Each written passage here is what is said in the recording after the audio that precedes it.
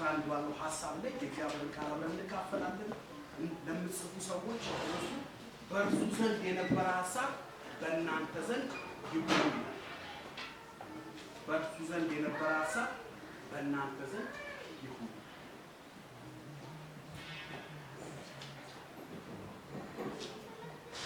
ጌታ የተመሰገነ ይሁን። እንግዲህ ሐዋርያው ጳውሎስ በፊልጵስዩስ መልእክቱን በሚጽፍበት ሁኔታ ውስጥ የነበረው የእስር ቤት መልእክቱ ነውና ይሄ የእስር ቤት መልእክቱ ሐዋርያው ጳውሎስ ፊልጵስዩስን በሚጽፍ ሰዓት ላይ እንደ ሌሎች መልእክታቶች የፊልጵስዩስ መልእክት እንደ ሌሎች እንደጻፋቸው መልእክታቶች አንዳንድ ነገሮችን ለመመከት የጻፈው መልእክት አይደለምና ፊልጵስዩስ መልእክትን ከፊልጵስዩስ ቅዱሳኖች አብረው ሰራተኛ ስለነበሩ እንዲሁም ደግሞ ከነሱ ስለተቀበለው ስጦታ ስለተሞላው ነገር ለማመስገን የጻፈው መልእክት ነውና ፊልጵስዩስን ስናስብ ሐዋርያት ሥራ ምዕራፍ 16ን ማሰብ ይጠበቃል።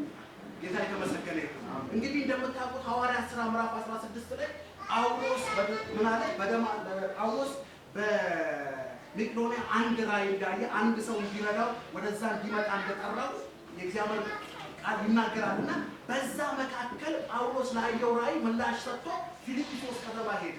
ፊልጵስዩስ ከተማ ላይ እንደሚታወቀው አይሁዶች አልነበሩ። አይሁዶች ስላልነበሩ ምኩራብ አልነበረም ማለት ነው። አሁን ጳውሎስ ክርስቶስን በሚያገለግልበት ሰዓት መጀመሪያ የሚሄዱት ምኩራባቸው አካባቢ የሚሄዱና ወንጌልን ይናገራሉ ማለት ነው። አሁን ጳውሎስና ሲላስ በሁለተኛው በወንጌል ጉዟቸው ወደ ፊልጵስዩስ ከተማ ሲገቡ እዛ ከተማ ላይ ምኩራብ ስላልነበረ በዛ ከተማ ለጸሎት የስፍራ ነው የሄዱት ይላል። በወንዝ ዳር አካባቢ በዛ በወንዝ ዳር አካባቢ ሲሄዱ በዛ ሐር ሻጭ የነበረች ሊዲያን እንዳገኘት ሐዋርያት ሥራ ምዕራፍ 13 ላይ እንመለከታለን። እቺ ሴት ደግሞ ጌታ ቃሉን እንድትሰማ ልቧን የከፈተላት እንዲሁም ደግሞ ለእግዚአብሔር ነገር ልቧ መከፈት ብቻ ሳይሆን ሰዎቹን ተቀብላ በቤቷ እንዳስተናገደችው የእግዚአብሔር ቃል ይነግረናል። ሐዋርያት ሥራ ምዕራፍ 16 ላይ በሚገርማችሁ ሁኔታ አንድ ታሪክ ማወቅ ይጠበቅብናል። ፊልጵስዩስን ስናስብ እዛ ከተማ ላይ የሟርት መንፈስ የነበረባት እስኪ በሉልኝ፣ የሟርተኝነት መንፈስ የነበረባት በሉልኝ። አሁን እቺ ሴት የሟርተኝነት መንፈስ የነበረባት አንድ ሴት ነበረች። ለአሰሪዎቿ ምን ታስገኝ ነበር? የትርፍ ምንጭ ታስገኝ ነበር። አሁን የትርፍ ምንጭ እያስገኘች የነበረች ሴት ኃያሌ ቀን ጳውሎስና ሲላስን ሌሎቹ ሉቃስን ጨምሮ ኃያሌ ቀን ነፍሳቸውን እንዳስጨነቀች ይናገራል። እግዚአብሔር የተባረከው ለሁላችንም አሜን። እግዚአብሔር ይመስገን።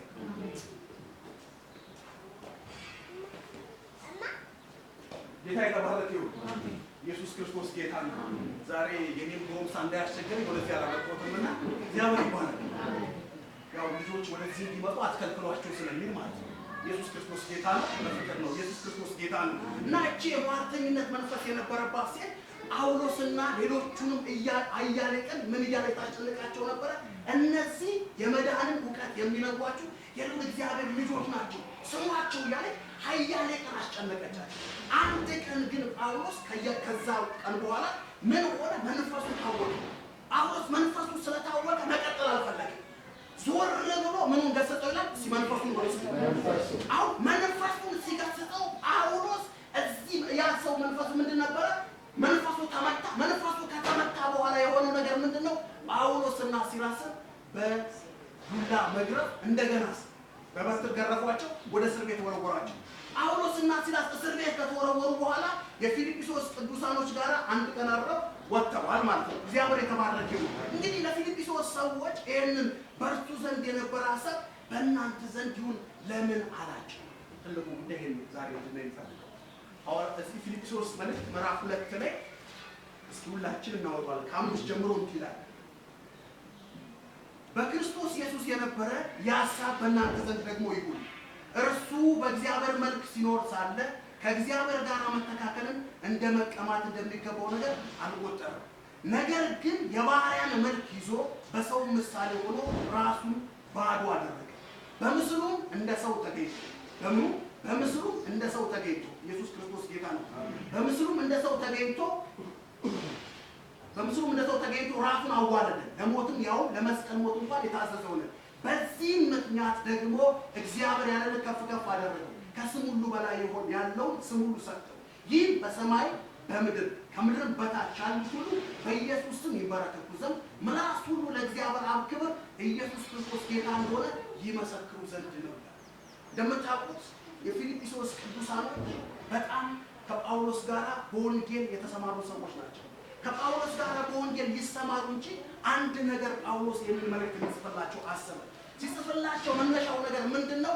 ክርስቶስ ጋር የነበረ ሐሳብ ነው። አሁን ክርስቶስ ጋር የነበረ ሐሳብ ፊልጵስዩስ ለምን አስፈለጋቸው? አሁን ለሌሎቹ ለቆሮንቶስ ሰዎች ሲላቸው እኔ ጳውሎስ አለ እኔ ክርስቶስን እንደመስል እኔን መስሉ የተባሉበት ሰዎች አሉ። ለሌሎቹ ደግሞ ክርስቶስን የክርስቶስ ሃይማኖ የክርስቶስ መንፈስ እንዳላቸው ጳውሎስ በሌላ ክፍል ይናገራል። እዚህ ቦታ ላይ የክርስቶስ አስተሳሰብ በእናንተ ዘንድ ምን ሊፈልጉ? እንደምታውቁት የፊልጵስዩስ ቅዱሳኖች የሮም ወታደሮች ጡረተኛ ወታደሮች ናቸው። እነዚህ የሮም ጡረተኛ ወታደሮች ስለ ስልጣን በጣም ያውቃሉ። ስለ ስልጣን በጣም ስለሚያውቁ በጣም በሚገርማቸው ሁኔታ ወደ ቤተ ክርስቲያን ሲመጡ በነበራቸው ማንነት ነው የመጡት። አሁን በነበራቸው ማንነት መጡና ሁሉ ሰው የራሱን መፈለግ ጀመረ። ሁሉ ሰው መሸነፍ አቃተው። ስለዚህ ጳውሎስ ክርስቶስ ውስጥ የነበረውን ሐሳብ ማንሳት ፈለገ። ከፍሎ ነው ማንሳት የፈለገው ከ6 እስከ 8 እና ከ9 እስከ 11 ባለው። አሁን ከ6 እስከ 8 የኢየሱስ ክርስቶስን ዝቅ ማለት ያሳይና ከ9 እስከ 11 ደግሞ እግዚአብሔር እሱን ከፍ እንዳደረገው ያሳያል። አሁን ክርስቶስን ጳውሎስ እንዴት ከፍ አደረገው እግዚአብሔር ብለን ስናይ መጀመሪያ ክርስቶስ ልብ ውስጥ የነበረውን ሐሳብ እንዲህ ብሎ ያሳያል። በእርሱ ዘንድ የነበረው ሐሳብ ምንድን ነው? ሲጻፉ በእርሱ ዘንድ የነበረው ሐሳብ ምንድን ነው? አንደኛ ከእግዚአብሔር ጋር መተካከልን እንደመቀማት እንደሚገባው ነገር አልቆጠረም። ከእግዚአብሔር ጋር መተካከልን እንደመቀማት እንደሚገባው ነገር አልቆጠረም። እንደምታውቁት ክርስቶስ መለኮት ነው። የመለኮት ኃይል አለው። ነገር ግን ወደ ምድር ሲመጣ ያ የነበረውን ክብሩ፣ ያ የነበረውን ስልጣን፣ ያ የነበረውን ኃይል ምን አድርጎ ነው የመጣው? ለአብ ጋር እኩል በነበረበት ማንነት ትቶ ነው የመጣው። ትቶ ሲመጣ ሐዋርያው ጳውሎስ ለእነዚህ ለፊልጵስዩስ ቅዱሳኖች የሚላቸው በእርሱ ዘንድ የነበረው ሐሳብ እናንተ ዘንድ ይሁን ሲላቸው እርሱ ይሄን ሆኖ ሳለ ወደ ምድር መጣ። አሁን ሲመጣ ይዞ የመጣው ነገር የመጀመሪያው ነገር ምንድነው? ከእግዚአብሔር ጋር መተካከል እንደሚገባው ነገር ምን አለ? አልቆጠረም። ሁለተኛ ኢየሱስ ክርስቶስ ውስጥ የነበረ ሐሳብ ምንድነው? የባሪያ መልክ። ምን አልኳችሁ? አሁን የባሪያ መልክ ማለት ምን ማለት ነው? መጽሐፍ ቅዱሳችን ላይ ምንም ያህል ራሱን ዝቅ እንዳደረገ የሚያመለክት። አሁን ክርስቶስ ኢየሱስ አምላክ ነው፣ ሰው ሆኖ ያውም ደግሞ ባሪያ የሆነ ሰው። አሁን ክርስቶስ ባሪያ ሆነ ሲል በመጽሐፋችን በሚገርማችሁ ሁኔታ መጽሐፍ ቅዱስ ውስጥ እንደምታውቁት በብሉይ ኪዳን ባሪያ የራሱ መብት የለውም፣ የራሱ ፍቃድ የለውም፣ ለራሱን ይወርሱ አለ የሚኖረው ለጌታውና ለገዛው ብቻ። ክርስቶስ ኢየሱስ ወደ ምድር ሲመጣ የባሪያን መልክ ነው ያዘ። አሁን የባሪያን መልክ ይዞ ወደ ምድር ሲመጣ ክርስቶስ ኢየሱስ ሰዎች ዘንድ የነበረው አስተሳሰብ እርሱ ዘንድ ምን እንደነበረ ጳውሎስ ስለገባው እንዲህ አላቸው፣ የባሪያን መልክ ይዞ መጣላቸው። ኢየሱስ ክርስቶስ ጌታ ነው። መጽሐፍ ቅዱሳችን ውስጥ ብዙ ሰዎችን ባሪያ ብሏቸው። ለምሳሌ ኢዮብን እግዚአብሔር ባሪያ ብሎታል። ኢዮብ ባሪያዬን ተመለከትከው ወይ አለው ሰው።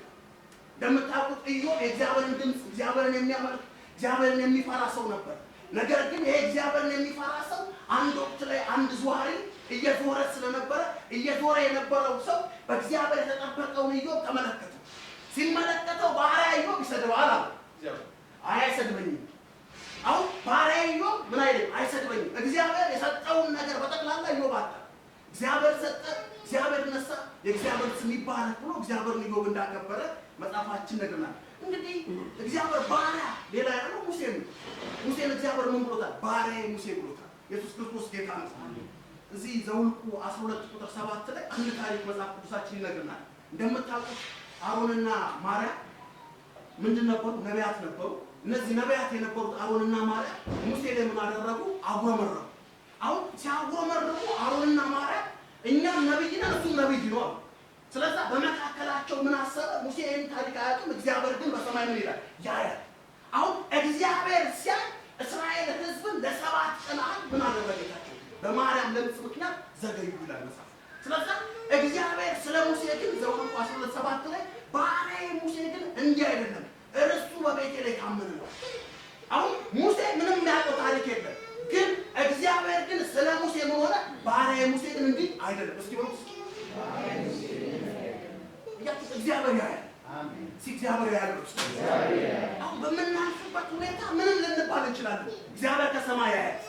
አሁን በሚገርማችሁ ሁኔታ ሙሴና ወንድሙና እህቱ ናቸው። ወንድምና እህቱ እሱ ዘንድ ውስጥ የነበረ የሌለን ሐሳብ አሰቡበት። ሲያስቡበት እግዚአብሔር ስለ ሙሴ ምን ሆነ? ጠበቃ ሆኖ ተገለጠ ማለት ነው። እንዲሁም እግዚአብሔር ዳዊትን ባሪያዬ ብሎታል።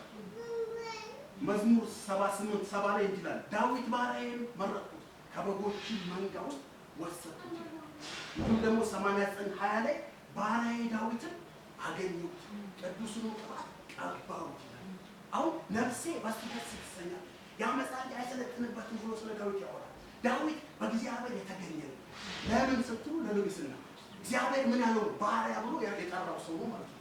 መጽሐፍ ቅዱሳችን ኢሳይያስ 42:1-3 ላይ ስለ ኢየሱስ የሚናገረው ሐሳብ አለ። እነሆ ደግፌ የያዝኩት ባሪያዬ ነው፣ ነፍሴ በሱ ደስ የተሰኘችበት ምርጥ፣ በእርሱ ላይ መንፈሴን አደርጋለሁ፣ እርሱም በአሕዛብ ፍርድን ያወጣል። ለምን? ለአሕዛብ ምን ያወጣል? ፍርድን ያወጣል። ኢየሱስ ክርስቶስ ጌታ ነው። ሶስተኛው ኢየሱስ ክርስቶስ ጋር የነበረው ሐሳብ ምንድን ነው ስንል ራሱን ባዶ ማለት ነው። ምን አልኳችሁ? አሁን ይህን ሐሳብ መቼም አዲስ ኪዳን የተጻፈው በግሪክ ስለነበረ የግሪኩ ቃል ቀጥታ ሲተረጎም በፈቃዱ መለኮታዊ ስልጣኑ ልዩ መብቱን መተው ብቻ ሳይሆን መከራን መቀበሉ፣ ሰዎች በትክክል ሳይረዱት መቅረቱ፣ መንገላታቱ፣ መጠላቱ፣ መተፋቱ ኢየሱስ ክርስቶስ ላይ የደረሰ ብዙ ነገሮች አሉ። ስትመለከቱ ጎልጎታ ላይ እኮ ኢየሱስ ክርስቶስ በዚህ በቀራንዮ መስቀል በሚሰቀል ሰዓት ላይ ክርስቶስ ኢየሱስ አዳኝነቱ ሲፈታተኑ ነበር አይደል? አንደኛው አውቆ የተሰቀለው ምንድነው? አምላክ ነው፣ ራስን አድርጓል። አሁን አምላክ ነው ግን ራሱን ማዳን አልቻለም ብሎ ነው የተናገረው። ክርስቶስ ኢየሱስ ግን ራሱን የዚህ ያህል ነው ባዶ ያደረገው። ኢየሱስ ክርስቶስ ጌታ ነው። ስለዚህ ባዶ ያደረገው ኢየሱስ ምን ባዶ አድርጓል ስንል ሰማያዊ ክብር እንደምታውቁት ከእግዚአብሔር ጋር እኩል የነበረው ማንነቱ ክርስቶስ ኢየሱስ ትቶ ወዴት መጣ? ወደ ምድር መጣ። ወገኖች ክርስቶስ ውስጥ የነበረው ሐሳብ ለፊልጵስዩስ ቅዱሳኖች ይኑራችሁ እያለ ነው የሚመጣው። ስልጣኑን ትቷል። እስኪ ስልጣኑን ትቷል። አሁን ክርስቶስ ኢየሱስ ስልጣኑን የመተውን ምስጢር ሲናገር እንደዚህ ያለ ዮሐንስ ወንጌል ምዕራፍ 5:30 እኔ አለ ከራሴ አንዳች አላደርግም፣ አንዳችም አይቻልም፣ እንደሰማሁ እንዲሁ እፈርዳለሁ፣ ፍርዴም ቅን ነው፣ የላከኝን ፍቃድ እንጂ ፍቃድን አልሻም። ኢየሱስ ክርስቶስ ጌታ ነው። ሀብቱን ጌታ ትቶታል።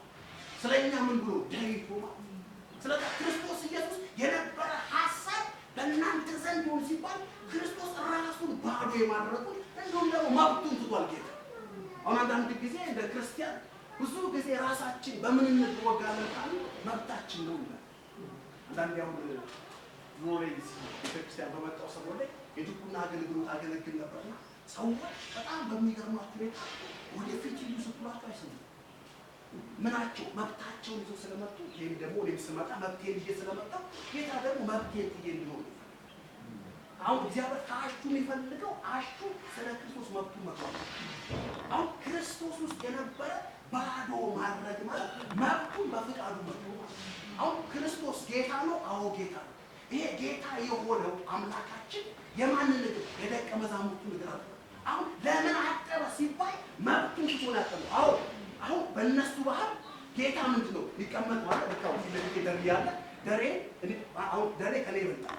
አሁን ደሬ ከኔ እየበለጠ እኔ የደሬን እግር ባጥብ ምንም ማለት ነው አስቡ። አሁን ክርስቶስ ኢየሱስ ግን ከነሱ እየበለጠ የደቀ መዛሙርቶቹን እግር አጠበ ይላል። አሁን ማጠብ ብቻ አይደለም። ጴጥሮስ አታጥበኝም ማለት አሁን አታጥበኝም ስለው ከኔ እድል ፋንታ ይተኛል። ስለዚህ አሁን እድል ፋንታ እንዲያጣ ያደረገው ጴጥሮስ እንዲያጣ ያደረገው ነገር ምንድነው? መውረድ አለብን የሚለውን ለማስተማር ፈልጎ ነው። ኢየሱስ ክርስቶስ ጌታ ነው። ስለዚህ እግዚአብሔር ራሱን ባዶ አደረገ ሲል መብቱ ነው። ሉቃስ ወንጌል ምዕራፍ 22:27 ላይ ይላል በማዕድ የተቀመጠ ወይስ የሚያገለግል ነው? ማናቸው ታላቅ ነው ብሎ ጠየቃቸው። ሉቃስ 22:27 ላይ የተቀመጡ አይደለምን? እኔ ግን በመካከላችሁ እንደማገለግል ነኝ። እንደማገለግል ነኝ። ለምን ሲባል ክርስቶስ ራሱን ምን ስላደረገ? ባዶ ስላደረገ፣ መብቱን ስለተወ። ኢየሱስ ክርስቶስ ጌታ ነው። አራተኛው ክርስቶስ ውስጥ የነበረ ሐሳብ ምንድን ነው ካለ የመስቀል ሞት እንኳን የታዘዘ ሆነ። እንደምታውቁት እስራኤላውያን ዜጎቻቸውን በመስቀል አይገድሉ። አሁን ዜጎቻቸውን ሮማውያኖችን በመስቀል አይገድሉ። ግን ክርስቶስ ኢየሱስ የእግዚአብሔር አብን ፍቃድ ሊፈጽም ወደ ምድር ስለመጣ በምን ሞተ? በመስቀል ሞተ። በፍቃዱ መለኮታዊ ስልጣኑ ልዩ መብቱን በመቶ ብቻ ሳይሆን መከራንም መቀበሉ፣ መጠላቱ፣ በመስቀል ላይ የተገረፈ መሆኑ ጭምር ነው የሚያሳየን ማለት ነው። እና እስቲ ሁላችን ዘዳግም 21 23 ነው። ዘዳግም 21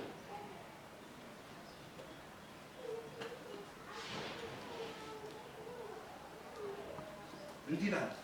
ታወጣችሁ በእንጨት ላይ የተሰቀለ በእግዚአብሔር ዘንድ የተረገመ ነውና ሬሳውን በእንጨት ላይ አይደር። ነገር ግን አምላክ እግዚአብሔር ርስት አድርጎ የሰጠን ምድር እንዳታረክሳት በእርግጥ በዚያው ቀን ቅበረው። ቤት ቀን ቅበረው፣ በዛ ቀን ቅበረው። በምን የሞቱ? በመስቀል የሞቱ። አሁን በመስቀል የሞተው በዛ ቀን ምን በለው? ቅበረው። አሁን ሐዋርያው ጳውሎስ ገላትያ ላይ ይሄን ሐሳብ ይወስድና ምን ይላቸዋል? በእንጨት የሚሰቀል ሁሉ የተረገመ ነው። 3:13 ላይ ተብሎ ተጽፏል። ክርስቶስ ስለኛ እርግማን ሆኖ በሕግ እርግማን ምን አለ ይላል? ዋጀን ይላል። አሁን ክርስቶስ ከየት ዋጀን ሲባል ከሕግ እርግማን ዋጀን። ስለማን? ስለኔና ስለናንተ ኃጢአት በመስቀል ላይ ሞቱ። እንዳልኳችሁ እኛ ኃጢአተኞች ነን፣ የሚያስፈልገን ፍርድ አለ። አሁን ያንን ፍርድ ክርስቶስ ኢየሱስ ምን አደረገ? ወደ ምድር መጣና ፍርዱን ወሰደ። አሁን ሲወስድልን ክርስቶስ ኢየሱስ ስለኛ ፍርድ ስለወሰደ እኛ መሆን ነፃ ወጣን ማለት ነው። በማመን ነፃ ወጣን ማለት ነው። ኢየሱስ ክርስቶስ ጌታ ነው። ዕብራውያን 12:2 ላይ ምን ይላል? እርሱ ነውርን ንቆ በፊቱ ስላለው ደስታ በመስቀል ታግሶ በእግዚአብሔር ዙፋን ቀኝ ተቀምጧልና ኢየሱስ ክርስቶስ ይባላል። አሁን ጌታ ኢየሱስ ክርስቶስ እነዚህን አራት ነገሮችን ወርዶ አሳይቶናል። አሁን አራት ነገሮችን በሶስት ቁጥር ውስጥ ነው ያስቀምጣቸው። በስድስተኛው ቁጥር፣ በሰባተኛው ቁጥርና በስምንተኛው ቁጥር ላይ ያስቀምጣል። ሐዋርያው ጳውሎስ ለፊልጵስዩስ ቅዱሳኖች የኢየሱስን መውረድ ብቻ ሳይሆን ኢየሱስን ከፍታ ያሳያቸዋል። ጌታ የተባረከ ይሁን። ታዲያ ይሄ የወረደው ጌታ ምን አገኘ? አንደኛ ያገኘው ነገር ያለ ልክ ከፍ ከፍ አደረገው። ምን አደረገው? እንዲህ ይላል ቁጥር 9 ላይ በዚህ ምክንያት ደግሞ ያለ ልክ ከፍ ከፍ አደረገው። ፊልጵስዩስ 2:9 ላይ ያለ ልክ ምን አደረገው? ከፍ ከፍ አደረገው። ኢየሱስ ክርስቶስ ከማድረጉ በፊት ለደቀ መዛሙርቱ አንድ ነገር ይላቸዋል። በማቴዎስ ወንጌል 28:18 ላይ ኢየሱስም ቀረበና እንዲህ ብሎ ተናገራቸው፣ ስልጣን ሁሉ በሰማይና በምድር ተሰጠኛል። አሁን ክርስቶስ ኢየሱስ ያለ ልክ ምን ብሎ ከፍ ከፍ ብሏል። አሁን ክርስቶስ ከፍ ያለው ኢየሱስ ምን በማለት ውስጥ ነው? ዝቅ በማለት ውስጥ ነው። ጌታ ኢየሱስ የተባረከ ይሁን። ኢሳይያስ 52:13 ላይ እንዲህ የሚል ቃል አለ፣ እነሆ ባሪያዬ በማስተዋል ያደርጋል፣ ይከብራል፣ ከፍ ከፍ ይላል፣ እጅግ ታላቅ ይሆናል። ኢየሱስ ክርስቶስ ይባላል። ባሪያው ምን ይለዋል? እግዚአብሔር በማስተዋል ያደርጋል፣ ይከብራል፣ ከፍ ከፍ ይላል። ኢየሱስ ይባላል። ስለዚህ ክርስቶስ ያለ ልክ ከፍታን አግኝቷል ማለት ነው። ቅድም ዘማሪ እየዘመረው ነበር። ጌታ የተባረከ ይሁን። ሁለተኛ ክርስቶስ ያገኘው ነገር ምንድን ነው ስንል ከስም ሁሉ በላይ ያለውን ስም ሰጠው። ማን? እግዚአብሔር አብ። እንደምታውቁት ጌታ ኢየሱስ ክርስቶስ ኢየሱስ የሚለው ስም አዳኝ ማለት ነው። ክርስቶስ የሚለው ስም ደግሞ የተቀባ ነው። ዕብራውያን 1:4 ላይ እንዲህ የሚል ቃል አለ፣ ከመላእክት ይልቅ እጅግ የሚበልጠውን ስም በወረሰው መጠን እንዲሁ ከእነርሱ ይበልጣል። ክርስቶስ በምን ይበልጣል ስትሉ በስም ስልጣን ይበልጣል። አሁን በስም ስልጣን የበለጠው ክርስቶስ በምድር በነበረበት በ3 ዓመት ተኩል አገልግሎት ውስጥ ሰባውን ተልእኮ ሰጥቶ ላካቸው። አሁን ተልእኮ ሰጥቶ ሲልካቸው ሰባው አንድ ወቅት ላይ አንድ ነገር ይዞ መጡ። አንድ የምስራች ይዞ መጡ። በዘመናቸው ሰምቶ ማያውቁት አይቶ ማያውቁት። አሁን ምን ይዘው የመጡ? በደስታ መጡና ጌታን እንደዚህ ያሉት፣ በስም አጋንንት ተገዙ። ሲበሉልኝ ሲደገሙልኝ አሁን በስም አጋንንት ተገዙ ሲባል በእነሱ ዘመን ውስጥ አጋንንት ሲገዛ ሰምተዋል፣ አይተውም ማለት ነው። ስለዚህ ስላላወቁ፣ ስላልሰሙ፣ ስላላዩ ጌታ ጋር መጥተው በጣም ተገርሞ ነው። ሉቃስ ወንጌል ምዕራፍ 10:17 እስከ 20 ያለ ሐሳብ። አሁን እነዚህ ሰዎች ተልእኮን ሰጥቷቸው፣ ተልእኮ ውስጥ ምን ሰጥቷቸው? ስልጣን ሰጥቷቸው። እንዲገዙ ነው ይገዛል ነው አጋንንት ይገዛል ነው ድገሙት እስኪ አሁን አጋንንት የሚገዛው በሌላ ነገር አይደለም በጌታ በኢየሱስ ስም ነው አሁን ክርስቶስ ኢየሱስ በምድር በነበረበት ሰዓት ላይ አንድ ያዕቆብ ዘመቃብር ላይ ካለ ጊዜ ልታጠፋን መጣን አለ አሁን ለምን ሲባል ክርስቶስን ያውቀዋል የእግዚአብሔር ልጅ እንደሆነ ያውቀዋል የእግዚአብሔር ልጅ የሆነው ጌታ ሲመጣ ስልጣንም መብትም እንደሌለው ያውቃል ስለዚህ ክርስቶስ ኢየሱስ ወደ ምድር ሲመጣ ሰይጣን እንደ መብረቅ ከሰማይ ወደቀ ብሎ ነገራቸው አሁን የወደቀው ለምንድን ነው ስትሉ ዘመናት መካከል ላይ ከአዳም ጀምሮ ኢየሱስ ሲመጣ ድረስ ሰይጣን ብዙዎችን ገዝቷል ብዙዎችን ባሪያ አድርጓል ለብዙዎችን አሰግዷል ብዙዎችን ብዙ ነገራቸውን አስጥሏል ጌታ ኢየሱስ ሲመጣ ግን እሱ ላይ መብት አልነበረው አሜን አሁን መብት ያልነበረው ለምንድን ነው ስትሉ ኢየሱስ ክርስቶስ የማንን ተልእኮ ይዞ ነው የመጣው የአብን ተልእኮ ነው ይዞ የመጣው አሁን የአብ ተልእኮ ዘፍጥረት 3:15 ላይ አንድ ነገር ይናገራል የሚናገረው ነገር ነው ከሴቲቱ የሚወጣ እስኪ በሉልኝ ምንን ይቀጠቅጣል ራስን ይቀጠቅጣል አሁን ከሴቲቱ የሚወጣው ጌታ ማንን የዳቢሎስን ራስ ይቀጠቅጠዋል የባቡን ራስ ይቀጠቅጠዋል ስለዚህ እሱ መቀጥቀጥ ግዴታው ነው የኛ ደግሞ ለመቀጥቀጥ ግዴታችን አሜን ሲቀጠቅጣል ነው ሲዳቹን አንሱና ይቀጠቅጣል ነው ይቀጠቅጣል ይቀጠቅጣል ይቀጠቅጣል ለምንድን ነው ተጻፈው ስለሆነ አሜን ተጽፎልኛል ነው አሁን የተጻፈው ለአሸናፊ የተጻፈው አሸናፊ ማመን አለበት አሁን ደቀ መዛሙርቶቹ ማቸው በቃ በዚህ ደስታ ሰክረው ሳሉ ስማችሁ በሕይወት ስለተጻፈ በዚህ ደስታ አሁን ስማቸው በሕይወት የተጻፈበት እውነት ምንድነው ካላችሁ ተልእኮ ስልጣን አለ ስልጣኑ ደግሞ አጋንንትን አስወጥቷል አሜን ተልእኮ ስልጣን አለ ነው ተልእኮ ስልጣን አረ ድገሙልኝ ተልእኮ ስልጣን ስለቀቀበሉና ተልእኮ ስልጣን አለ ነው ተልእኮ ስልጣን አለ እግዚአብሔር በሰጠኝ ተልእኮ ላይ ስልጣን አለ ይመርሱ እግዚአብሔር በሰጠኝ ተልእኮ ላይ ስልጣን አለ አረ ስልጣን አለ አሜን ስልጣን አለ አሜን ባባ አይጎዳንም ስልጣን አለ አሜን መርዛ አይደለንም ስልጣን አለ አሜን ለምን ስትሉኝ ተልእኮ ላይ እግዚአብሔር ምን ሰጥቶናል ስልጣን ሰጥቶናል አሜን ኢየሱስ ክርስቶስ ጌታ ነው እንደምታውቁት ሮሜ 10:9 ላይ ድነታችን እንኳን የተመሰረተው በዚህ እንዲህ ይላል ሁላችንም ነው ሮሜ 10:9 ሮሜ 10:9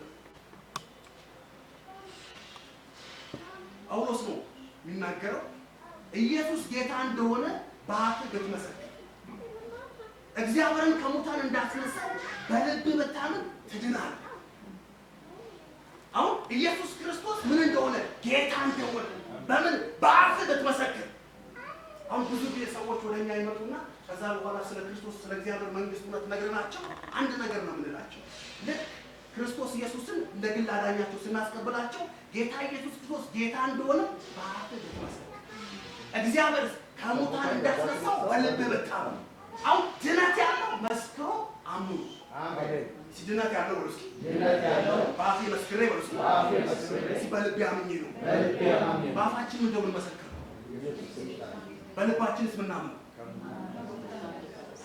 አሁን ይሄን እውነት ነው የሚነግረን ስለዚህ ክርስቶስ ኢየሱስ ሁለት ነገሮችን አገኘ ማለት እነዚህ ነገሮች በምድር ላይ ሆኖ የማያውቁት ነገሮች ናቸው ጌታ ኢየሱስ ክርስቶስ ጌታ ነው እንዲህ ይላል 9-11 ደግሜ ያነባዋለሁ በዚህ ምክንያት ደግሞ እግዚአብሔር ያለ ከፍ ከፍ አደረገው ከስሙ በላይ ያለውን ስም በምድርም በሰማይም በታች ያሉትን ሁሉ በኢየሱስ ስም ይንበረከኩ ዘንድ ምላስሙ ለእግዚአብሔር አብ ክብር ኢየሱስ ጌታ እንደሆነ ይመሰክሩ ዘንድ ነው ይላል ስለዚህ እንግዲህ የፊልጵስዩስ ቅዱሳኖችን እንዲህ ካለ ታዲያ ወደኛ እናምጣውና እኛ አሁን ክርስቶስ የነበረው ሐሳብ እናንተ ዘንድ ይሁን ብሎ ቃሉ እኛስ በእኛ ዘንድ ምን ይገኝ ምን ይደረግ ነው የመጀመሪያ ራስን ማዋረድ አንደኛ ትሉኝና ራስን ማዋረድ እንደምታውቁት ያዕቆብ መልእክትን ቅድም ምርዬ ነካ ያለች ነበር በጸሎት ውስጥ ስለ ጥበብ ያነሳል የላይኛይቱን ጥበብ እያወራ እዚህ ጋር ያዕቆብ 4:10 ላይ በጌታ ፊት ራሳችሁን አዋርዱ ከፍ ከፍ አደረጋችሁ እስኪ በሉልኝ በጌታ ፊት በሉ እስኪ በጌታ ፊት ራሳችሁን አዋርዱ ከፍ ከፍ ያደርጋችኋል አሁን ክርስቶስ ኢየሱስ ዝቅ ማለቱ እግዚአብሔር ያለ ልክ ምን አደረገው ከፍ አደረገው ስለዚህ እኛ ዝቅ ስንል ያለ ልክ እግዚአብሔር በጊዜው ምን ያደርገናል ከፍ ያደርገናል አንደኛ ጴጥሮስ ምዕራፍ 5 ቁጥር 6 ላይ እንዲህ ይላል፣ እንግዲህ በጊዜው ከፍ እንዲያደርጋችሁ ከፍ እንዲያደርጋችሁ ከኃይለኛው ከእግዚአብሔር እጅ በታች ራሳችሁን አዋርዱ። አሁን ክርስትና ራስን ማዋረድ፣ አሁን ክርስትና ራስን ከፍ ማድረግ አይደለም። በክርስቶስ ያለው ሐሳብ ራስን ከፍ አድርጎ አንድ ቦታ ላይ መቀመጥ ሳይሆን ራስን ዝቅ አድርጎ እግዚአብሔርን ከፍ ማድረግ ነው ማለት ነው። ኢየሱስ ክርስቶስ ጌታ ነው። ስለዚህ ኢዮብ ላይ የሚናገር ሐሳብ አለ። እስኪ አንብቡልኝ ደግሞ ኢዮብ 5 ቁጥር 11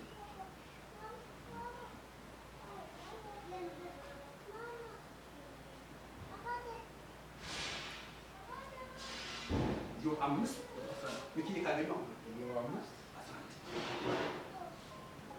የተዋረዱትን ወደ ላይ ያወጣል፣ ሐዘንተኞችንም ለደህንነት ከፍ ከፍ ያደርጋቸው። ምን ያሉትን? የተዋረዱትን ወደ ላይ ያወጣል፣ ሐዘንተኞችንም በደህንነት ከፍ ከፍ ያደርጋቸዋል ይላል። ኢየሱስ ክርስቶስ ጌታ ነው። አሁን ክርስትና በሚገርማችሁ ሁኔታ መሪው አንድ ነው። ዝቅ ማለት ውስጥ ከፍታ አለ። አሁን ዝቅ ስንል ከፍ እንላለን። አሁን የጌታ ትምህርት ዝቅ ብሎ ምን ሆነ? ከፍ ማለት ነው። ኢየሱስ ክርስቶስ ጌታ ነው። ሁለተኛው ትሕትናን እንድናበዛ ነው። ትሕትናን ማብዛት። እንደምታውቁት ጌታ ኢየሱስ ክርስቶስ በነበረው አገልግሎቱ ላይ አንድ ነገር ለደቀ መዛሙርቱ ይላቸው ነበር። ከሚላቸው ነገር መካከል ነገር የሚገርመው እኔ በልቤ የዋና ምንድን ነበርኩኝ? ትሑት ነበር። አሁን ትሕትና የኢየሱስ ልብስ ነበር። ትሕትና የኢየሱስ ዋና አገልግሎት ነበር ማለት ነው። ያዕቆብ 4:6 ላይ እንዲህ የሚል ቃል አለ፣ ነገር ግን ጸጋን አብልጦ ይሰጣል። ስለዚህ እግዚአብሔር ትዕቢተኞችን ይቃወማል፣ ለትሑታን ጸጋን ይሰጣል። አሁን ለትሑታን ነው እግዚአብሔር ምን የሚሰጠው? ጸጋን ይሰጣል። ኢየሱስ ክርስቶስ ይባላል። ስለዚህ ሶስተኛው እግዚአብሔር ከኛ እንድናደርግ የሚፈልገው ነገር እዚህ ላይ ትንሽ ሐሳብ ወደ ውስጥ የጌታ አንድ ነገር አስተምሮኛል። ይሄን ሐሳብ ነግራችኋለሁ። መታገስ አለ። ሶስተኛው ምን ማለት አለብን? መታገስ አለ።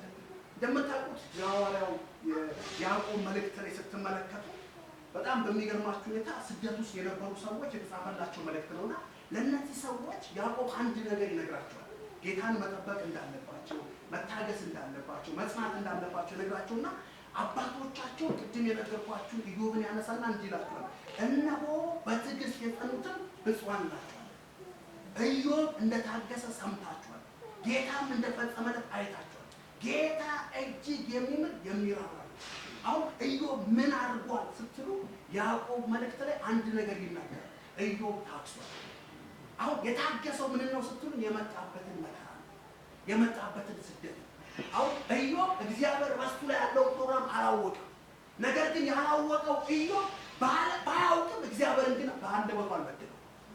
ለምን ስትሉ የእግዚአብሔር ሐሳብ በውስጡ ስለነበረ እግዚአብሔር ሰጠ፣ እግዚአብሔር ነሳ ሲል በሚገርማችሁ ቀላል ነገር አለ። ልጆቹን አጥቶ ንብረቱን አጥቶ ያለውን ነገር በጠቅላላ ባዶ ሆኖ አሁን ይሄን ብቻ አይደለም። በሚገርማችሁ ሁኔታ ተጠብቆ ነው ሲባል ሰውነቱ ላይ ከጸጉሩ እስከ እግር ጥፍሩ ቁስል መጣ። በዛ ሰዓት ላይ የገዛ ሚስቱ መታ አንድ ነገር ነው ያለችው፣ እግዚአብሔርን ምን ብለህ ሰድቦ። አሁን እሱ ያለው ነገር በጣም ይገርማኛል። እቺ ሴት በዛ ቃሉ ሲናገር በሚገርማችሁ ምዕራፍ 2 ላይ ያለ ሐሳብ ነውና እቺ ሴት በሚገርማችሁ አንድ ነገር ነው ያለችው፣ እግዚአብሔርን ሰድቦ ስትል እግዚአብሔር እንደሚሰደብ በዛ ዘመን ምናልባት ታውቁ ነው። አሁን ተሰድቦ ሞት እንዳለ ታውቁ ነው። ግን የደረሰባት ነገር ልጆቿን አጣለች፣ ንብረቶቿን አጣለች፣ ያለው ነገር በጠቅላላ እሷ እጅ ላይ ይገባል። አሁን እሷ ግን አንድ ነገር ነው ኢዮብን ማለት የፈለገችው፣ በቃ እግዚአብሔርን ስደቦ ነው። የእግዚአብሔር ሐሳብ ለሷ ስላልተገለጠላት ለሷ ስላልበራ እግዚአብሔር በኢዮብ አፍ ማለት በጣም ይገርማል። አንቺ ከሰነፍ ሴቶች እንደ አንዱ ናት ተናገርሽ። አሁን ከሰነፍ ሴቶች እንደ አንዱ ተናገርሽ የሚለው ቃል ስናየው በጣም በሚገርማችሁ ተቃላሉ የካለሉ ማለት ነው። አሁን የደረሰባት መከራ የምታስበውን ሐሳብ አስረስቷታል። ስለዚህ የደረሰባት ነገር ትዳሯ ላይ የደረሰው ልጆቿን ማጣቷ ብዙ ነገሮቿን ትብረ ኢዮብ በዚህ ሁሉ እግዚአብሔር ነበር። ስለዚህ ኢዮብ ምን ነበረው ይላል ያዕቆብ ታግሶ ኢየሱስ ክርስቶስ ጌታ ነው። ስለዚህ እግዚአብሔር እንድንታገስ ይፈልጋል። አሁን ጌታ ሊመጣ በደጅ ነው ያለው። እስኪ ጌታ ሊመጣ በደጅ ነው ያለው። እስኪ ጌታ ሊመጣ በደጅ ነው ያለው። እስኪና ጌታ ሊመጣ በደጅ ነው ያለው። እስኪ ጌታ ሊመጣ በደጅ ነው ያለው። እንዲህ ይላል ያዕቆብ መልእክት ምዕራፍ 5 እናውቀውና እናነበዋለን። ከዛ አንጻር ያለው ምዕራፍ 5 ከ7 ጀምሮ እንግዲህ ወንድሞች ሆይ ጌታ እስኪመጣ ድረስ ታገሱ። እነሆ ገበሬ የፊተኛውና የኋለኛውን ዝናብ እስኪቀበል ድረስ እርሱ እየታገሰ የከበረውን የመሬቱን ፍሬ ይጠብቃል። እናንተም ደግሞ ታገሱ፣ ልባችሁን አጽኑ፣ የጌታ መምጣት ቀርቧል። ወንድሞች ሆይ እንዳይፈረድባችሁ እርስ በርሳችሁ አታጉረምርሙ፣ እነሆ ፈራጅ በደጅ ፊት ቆሟል። ወንድሞች ሆይ የመከራና የትዕግስት ምሳሌ የሆኑትን በጌታ ስም የተናገሩትን ነቢያትን ምን በሉ ተመልከቱ ይልና ቅድም ያነበብኩላችሁን ቃል እንዲህ ይለዋል፣ እነሆ በትዕግስት የጸኑትን ብፁዓን ናቸዋል። ኢዮብ እንደታገሰ ሰምታችኋል፣ ጌታም እንደፈጸመለት አይታችኋል። ጌታ እጅግ የሚለው ደግሞ ምን የሚለው ጌታ ይራራል። እስኪ ድገሙት እስኪ መልእክት አለ። ጌታ ይራራል። ጌታ ይራራል። እንደምታውቁት ያዕቆብ በጣም ነፍሳቸው በቃ አቅቷት ለነበሩ ሰዎች ነው የሚላቸው። ምን ይላቸዋል? እንግዲህ ወንድሞች ሆይ ጌታ እስኪመጣ ድረስ ምን በሉ ታገሱ። አሁን መከራ አለ፣ በደንብ አለ። ስደት አለ፣ በደንብ አለ። ግን ጌታ የሚለን አንድ ቃል ነው። ምን በሉ ታገሱ። አሁን የምንታገሰው ምን ነው ሲባል በቃ ገበሬ እንደሚታወቀው መቼም አሁን የኛ ጊዜ የሚዘራበት ነው። አሁን የኛው ጊዜ ምን ነው አይቶ ነው እንዴ ዝናብ የሚዘራው አይደል? ግን ይዘራል በተስፋ እግዚአብሔር ይጠብቃል። አሁን ለኔና ለእናንተ እግዚአብሔር እንድንታገስ ይፈልጋል። አሁን ሲታይ ምናልባት እየመጣ ላይመስል ይችላል። ጌታ ግን ወደዚህ እየመጣ ነው። አሜን። ስለዛ እንታገስ። አሜን። እስኪ እንታገስ ነው። ነፍሳችሁን ንገሯት። እንታገስ ነው። እንታገስ ተርሰምን ትሬንድ ይላችኋል። ኖ ገበሬው የፊተኛውና የኋለኛውን ዝናብ እስኪቀበል ድረስ እርሱ እየታገሰ የከበረውን የመሬቱን ፍሬ ይጠብቃል። እናንተም ደግሞ ታገሱ፣ ልባችሁን አጽኑ፣ የጌታ መምጣት እንኳንና ቀርቧል። እችን ልትይዙ ይፈልጋል። የጌታ መምጣት እንኳን ቀርቧል። ስለዛ እግዚአብሔር አምላክ የተባረከ ይሁን። እንግዲህ በክርስቶስ የነበረው ሐሳብ በእናንተ ዘንድ ይሁን በሚል ሐሳብ ላይ እግዚአብሔር እድል ሰጥቶኝ ዛሬ ተናግሬያለሁ። እግዚአብሔር የተመሰገነ ይሁን። በሱ ዘንድ የነበረው የመጀመሪያው ሐሳብ ምንድነው ካለ በእግዚአብሔር ጋራ መተካከል እንደሚቀባው ነገር ምናልባት አልቆጠረም። ራሱን ምን ብሎ አጥቷል? ባህል አድርጓል። ከዛስ የባሪያን መልክ ይዟል። እንዲሁም ደግሞ በመስቀል ላይ ምን ብሎ ታርሷል። እግዚአብሔር ስም አድርጎታል። ከፍ ያለ ነገር ሰጥቶታል። እንዲሁም ደግሞ ሁለተኛ ያልኳችሁ ምንድነው ከስሙ በላይ ያለውን ስም ሰጥቶታል። ኢየሱስ ክርስቶስ ጌታ ነው። ስለዛ ጌታ የተመሰገነ ይሁን።